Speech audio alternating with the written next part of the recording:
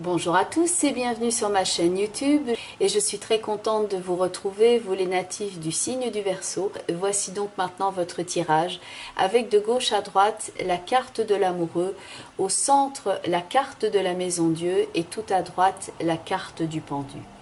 Ici, vraisemblablement, vous avez besoin de retrouver ici un sentiment de paix, d'ancrage, de sécurité et enfin un retour à la stabilité et à l'équilibre.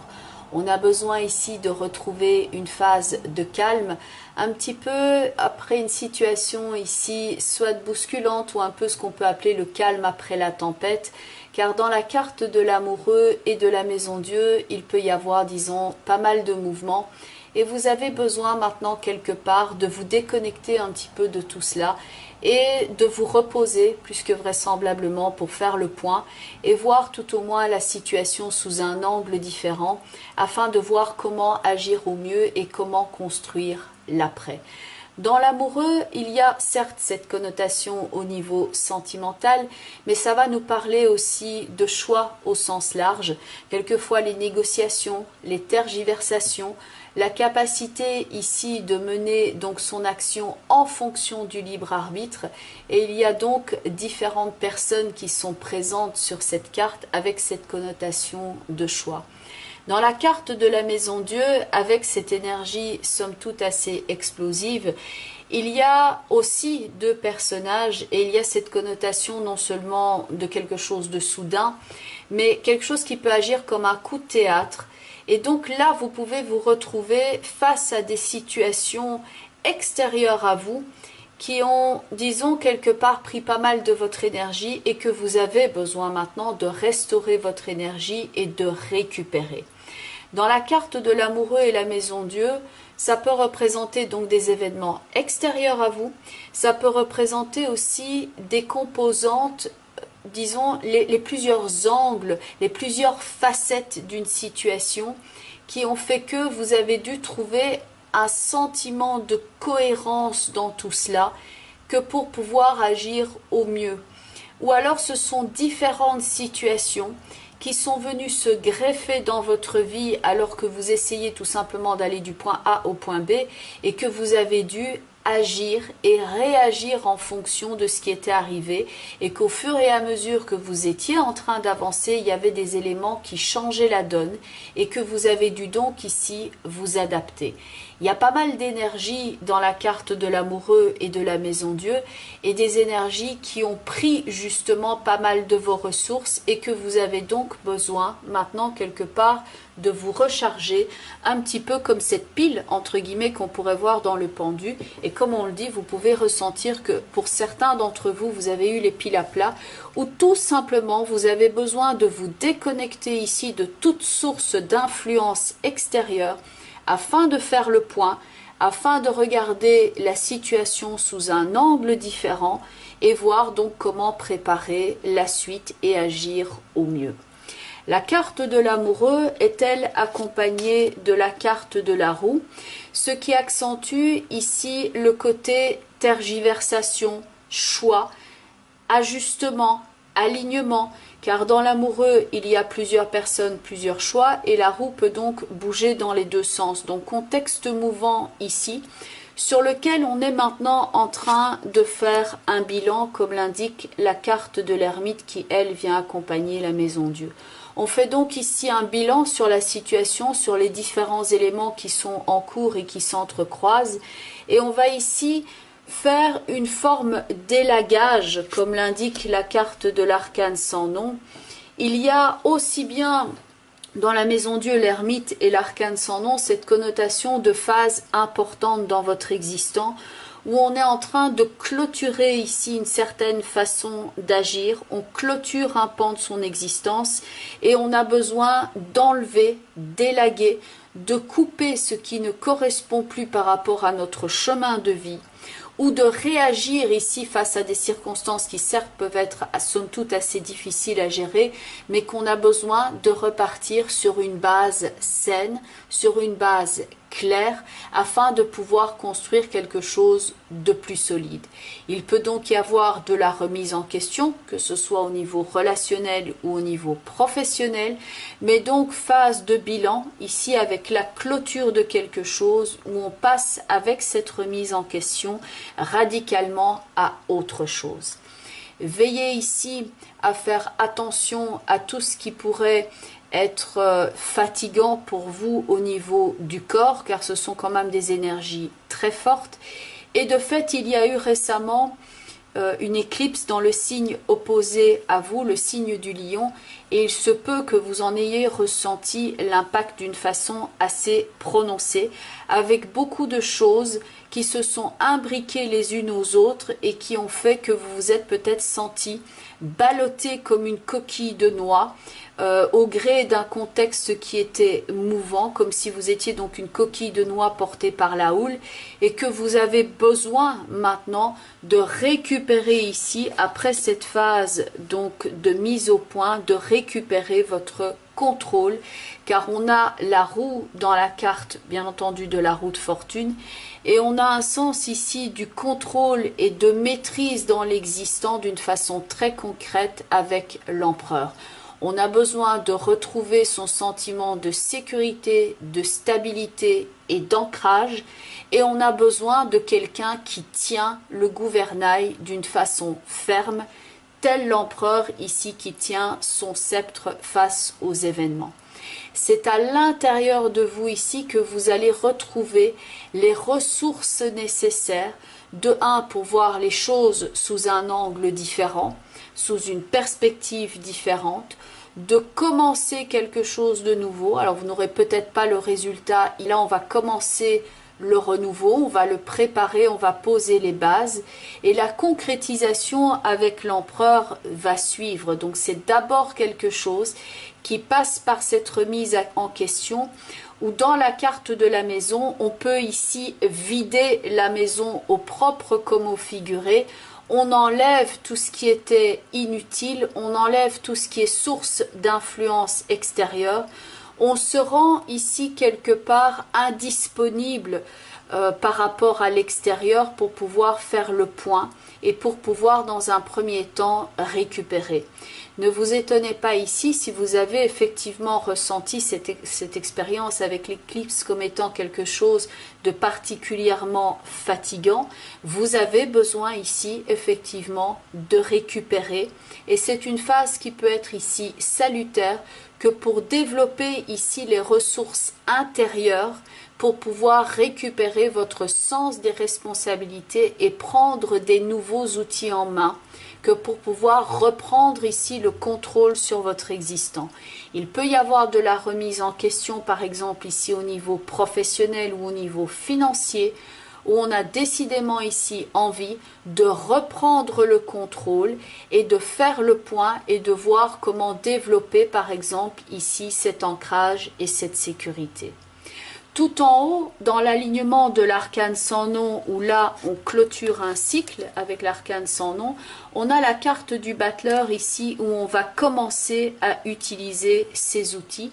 Et il y a le fait aussi d'écouter ici sa petite voix intérieure dans le pendu et d'utiliser ses capacités créatives et d'imagination avec la carte de la lune. La lune est ici dans l'alignement de l'ermite.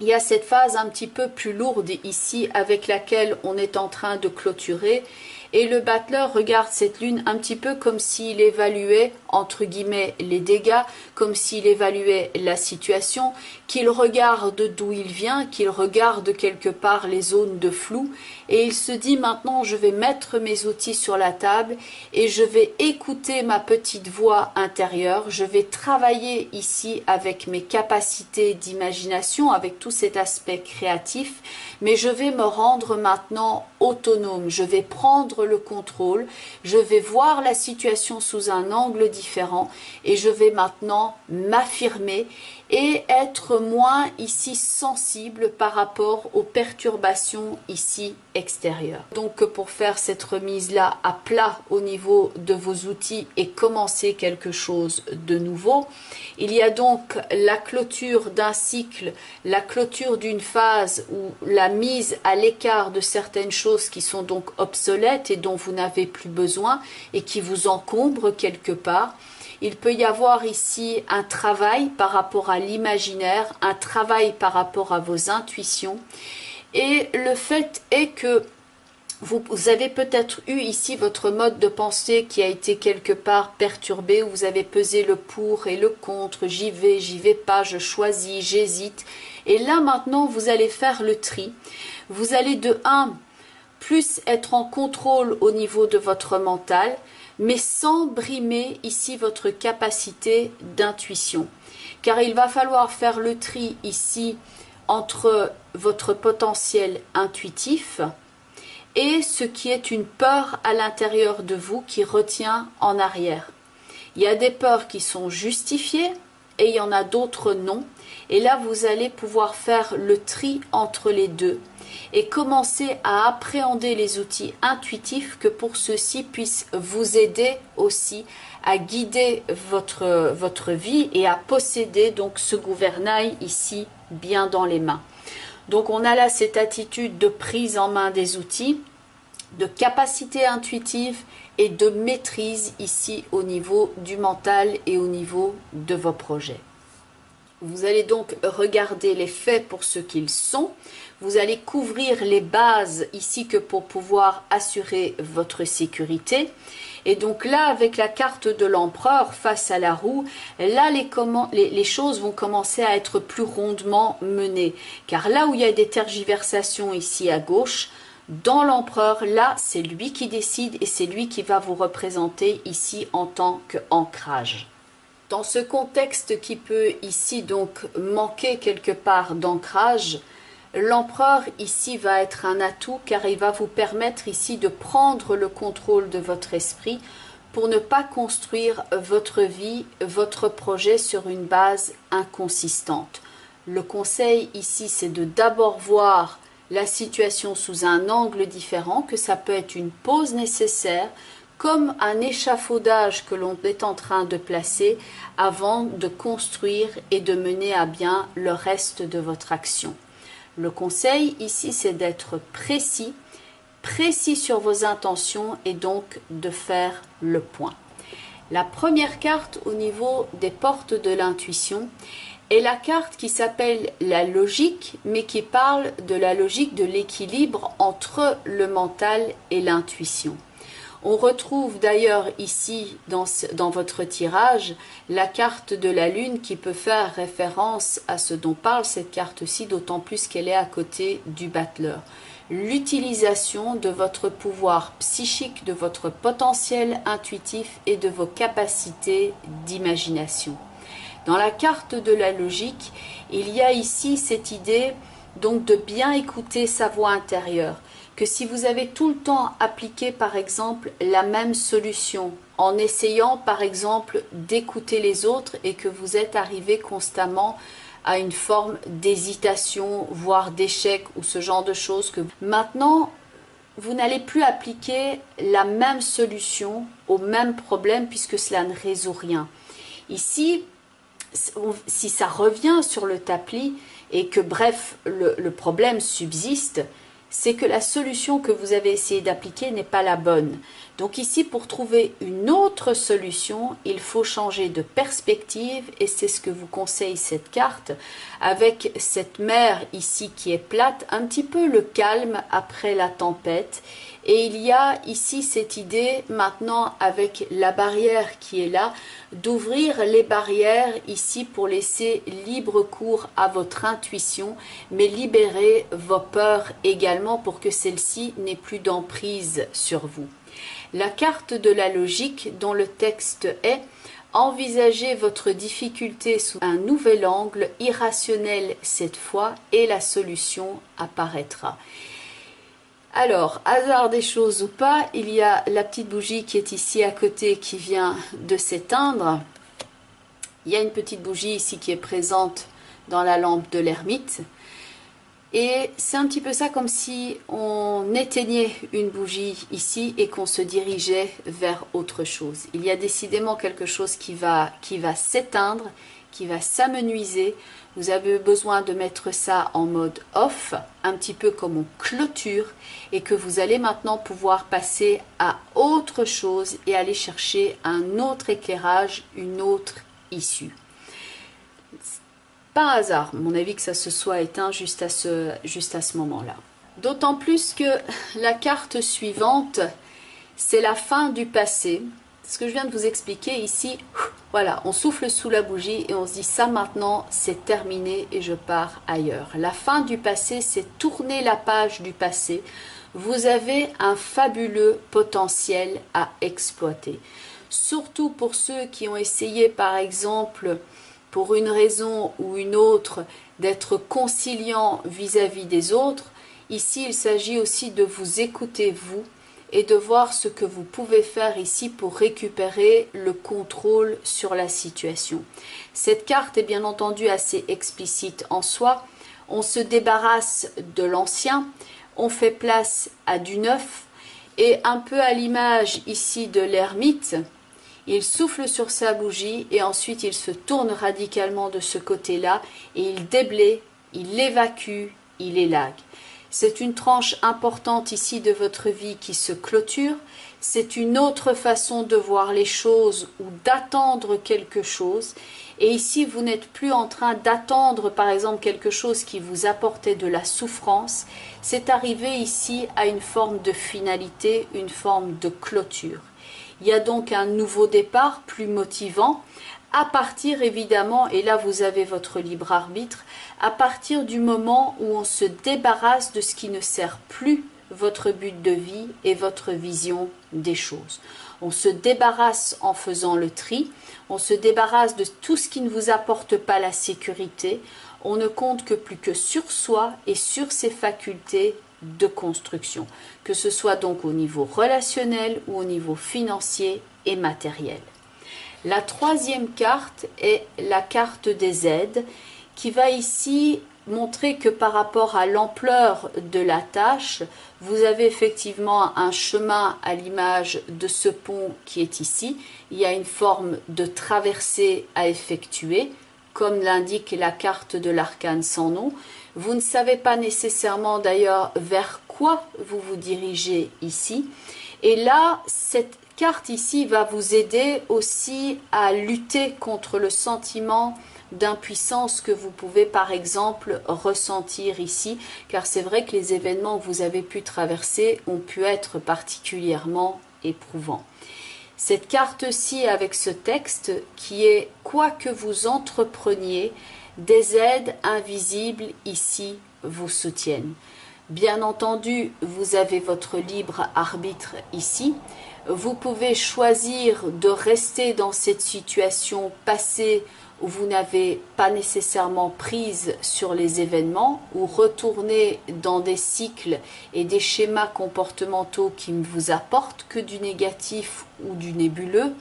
Ou alors vous tournez vers quelque chose de nouveau où vous commencez un nouveau cycle et vous êtes donc plus en contrôle des événements. La carte des aides peut venir ici donc comme soutien face à des questionnements que vous pouvez avoir. Ça peut être aussi des personnes que vous allez rencontrer et qui vont vous offrir ici un éclairage. Donc pour par exemple voir les choses sous un angle différent. Une perspective différente avec un regard différent va vous apporter donc une conclusion différente par rapport à votre parcours. Et enfin, la dernière carte ici, qui est donc issue du jeu qui s'appelle le langage secret des couleurs, c'est la carte de la couleur pêche qui vient ici apporter ce sentiment de renouveau, de paix, de sécurité. C'est une couleur extrêmement douce et apaisante et le texte de cette carte est « Inspirer un souffle de vie » parce que vous êtes plus que probablement pour certains d'entre vous encombrés de certaines choses qui n'ont plus lieu d'être. Il faut ici accorder de la place. Ça commence peut-être ici pour certains d'entre vous avec ce travail sur le souffle. Et donc cette couleur ici va vous permettre aussi de retrouver de l'estime de vous-même, de développer ici votre capacité d'amour envers vous-même dans un premier temps, et elle va vous aider à évacuer le stress et les tensions. C'est une couleur qui adoucit, elle va aider à adoucir ce qui est densité, lourd au niveau par exemple du torse, de la poitrine et des poumons, donc les choses qui sont oppressantes et qui vous empêchent de respirer. Elle est présente dans votre tirage pour apporter de la gentillesse, de la bonté et de l'amitié dans votre vie. Elle aide à ouvrir les nouvelles possibilités et elle aide également à attirer la prospérité. Cette carte vous recommande de vous concentrer en méditation simplement en faisant le calme en vous concentrant donc sur le souffle, et ça va vous aider ici à trouver l'apaisement dont vous avez besoin pour faire taire vos peurs d'une part et laisser votre mental élaborer des idées, des opportunités et des nouveautés. Car les peurs et le stress peuvent ici vous inhiber au niveau justement de l'utilisation de votre capacité novatrice sur le plan des idées et bloquer votre intuition. Ici donc vous allez laisser votre mental et votre intuition élaborer des situations qui sont dénuées de peur et de stress, et votre capacité intuitive va également pouvoir être plus effective, et vous allez ressentir ce calme à l'intérieur de vous en vous concentrant donc sur les exercices par exemple de souffle, et vous allez porter de l'attention sur ce que vous aimez déjà dans la vie et sur ce que vous aimeriez vivre plus souvent. Et vous pouvez donc faire cet exercice de vous visualiser vous en train d'accueillir ces nouvelles expériences dans votre vie. Bien entendu, on reste ici dans le cadre d'un tirage global. Donc pour ceux et celles qui souhaiteraient avoir un complément d'information, vous pouvez déjà regarder la vidéo qui correspond à votre signe ascendant, ainsi que la vidéo qui correspond au positionnement en signe de la Lune dans votre thème astrologique de naissance.